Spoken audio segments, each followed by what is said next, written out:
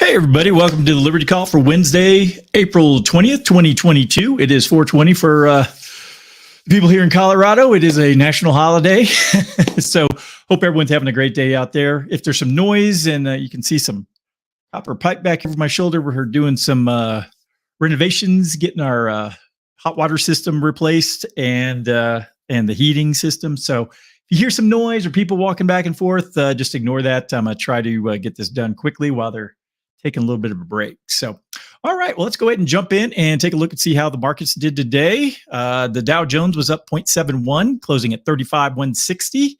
S&P 500 was flat. It closed down 0.06 at 44.59.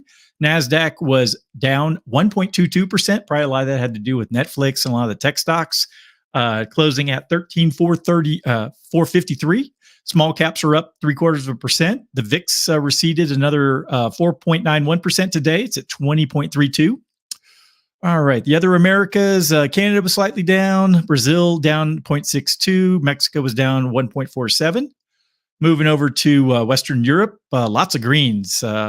Most of them up more than 1%. From Germany all the way down. The first red I see is Poland, and they were down 1%. Both of the Russian indexes were up. The RTSI was up 3.06%. Wow. More greens across, Eastern Europe, getting into the Asian markets. Australia was up or flat at 0.05, and New Zealand was up 1.34. Chinese markets were down. The Shanghai was down 1.35. The SESE component down 2.07. The China A50 down 1.25. The DJ Shanghai down 1.43, and the Hang Seng was down 0.4. The Taiwan weighted was up 0.91, and then the rest of these looks kind of mixed. But all in all, mostly a green day, other than the tech stocks, and like I said, the S&P 500 was flat today. So I feel like I got to sneeze. Oh, don't you hate that? It's awful. All right. Got 3 brief articles I'm going to blaze through today. Hope to beat the workers before they come back in here. Stock market today, Dow sidesteps Netflix crash as IBM Procter & Gamble climb. The Dow closed higher Wednesday as strong gains in international business machines and Procter & Gamble helped soften the blow from a slump in Netflix. God, it's too big. I need to shrink this. Netflix fell more than 35% after reporting a decline in subscribers for the first time since 2011 and forecasting further pain ahead, with subscribers expected to fall by 2 million in the second quarter. Wall Street analysts were quick to abandon their bullish calls on Netflix. Quote, "We are downgrading Netflix shares from outperform to perform and removing our 530 price target following a significant Q1 net ads miss that we attribute to elevated churn from the streaming services competition," Oppenheimer said in a note. Other streaming companies are also punished, with Walt Disney, Roku, and Warner Brothers Discovery nursing heavy losses. IBM, however, helped limit downside in the overall tech sector following better than expected quarterly results that showed, quote, "Demand for cloud adoption remains robust despite deteriorating macro environment," Credit Suisse said in a note. But even as the quarterly earnings season for tech gets underway, it was defensive sectors of the market that were in the ascendancy. Procter & Gamble rose more than 2% after reporting second quarter results that topped investor expectations and raising its annual sales guidance as demand for cleaning and personal care products remained robust despite recent price hikes. Financials were also keeping the broader market above the flat line, led by more than 8% surge in M&T Bank Corp on stronger than expected quarterly results, underpinned by strength in its lending business. In consumer discretionary, Tesla ended down nearly 4% ahead of its quarterly results due after the closing bell. Tesla, however, jumped in after-hours trading after reporting quarterly results that beat estimates.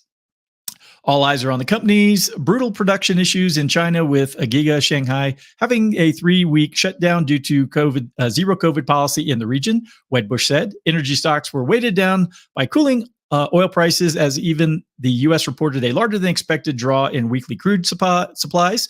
Baker Hughes, meanwhile, slumped nearly 4% after reporting quarterly results that missed both the top and bottom lines.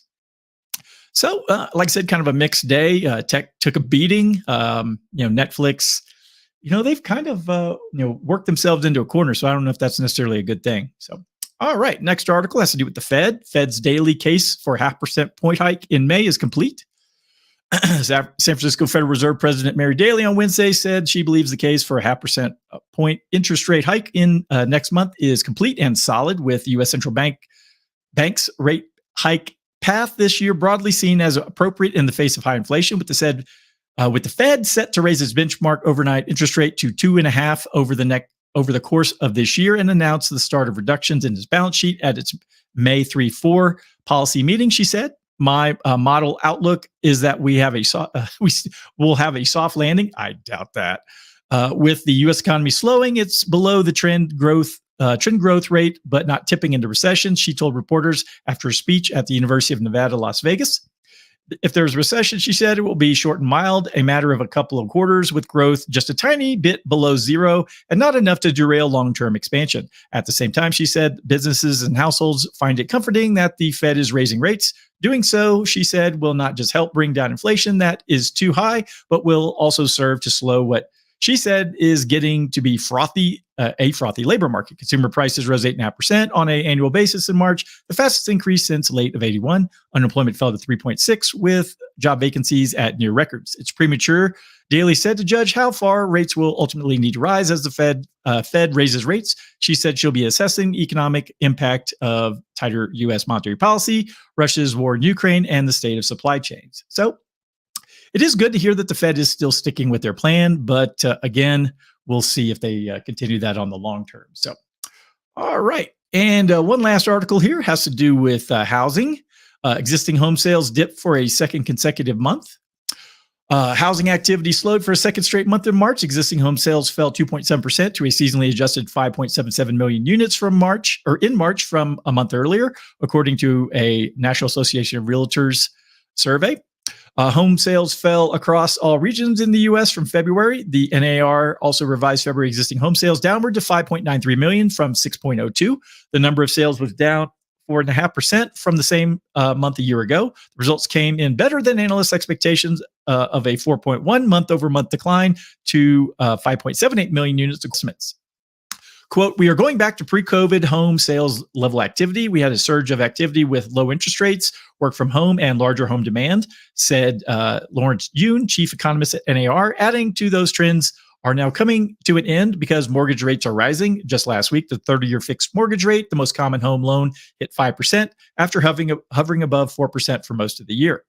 The results were expected, as pending home sales, an indicator of actual housing sales since it represents signed contracts, have fallen for 4 straight months. The housing market has been stymied by an ongoing lack of homes for sale. Home price growth slowed but remained elevated. The median existing home price for all housing types in March was $375,300, up 15% from $326,300 in March of 2021. As prices rose in each region, this marks another high and the longest running streak on record. Quote, "Home prices have consistently moved upward as supply management remains tight," Yoon said. "However, sellers should not expect the easy profit gains and should look for multiple offers to fade as demand continues to subside."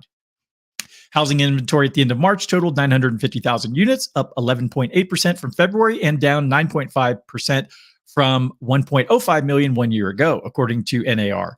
Unsold inventory sits at 2 months supply at present sales pace, up from 1.7 months in February and down from 2.1 months in March of 2021.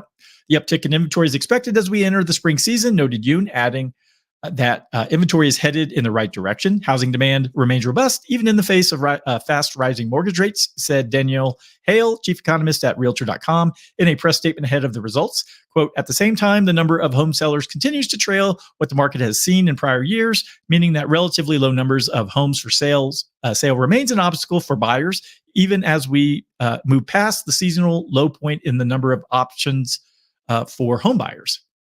All right. So that is, some good news, to see, the housing market slow down a little bit, that will help with, the longer term inflation trend. But again, we're going to have to tighten our belt, and we're going to feel a little bit of a hunger pains along the way while we're, going between meals while we go through, potentially recession, bear markets, whatever you want to call it. So it's certainly going to be a mess. And, we can only thank our government and the Federal Reserve for painting us into this corner that we now have to try and either wait for the paint to dry or we get paint all over our shoes. So it is what it is. All right. Well, that's everything I had for today. So I hope everyone has a fantastic evening. I'll be back tomorrow with Thursday's Liberty Call. If anybody needs anything from me, please go to dsafinancialgroup.com. All my contact information is there. So hopefully everyone has a great night, and I'll see you tomorrow. Bye.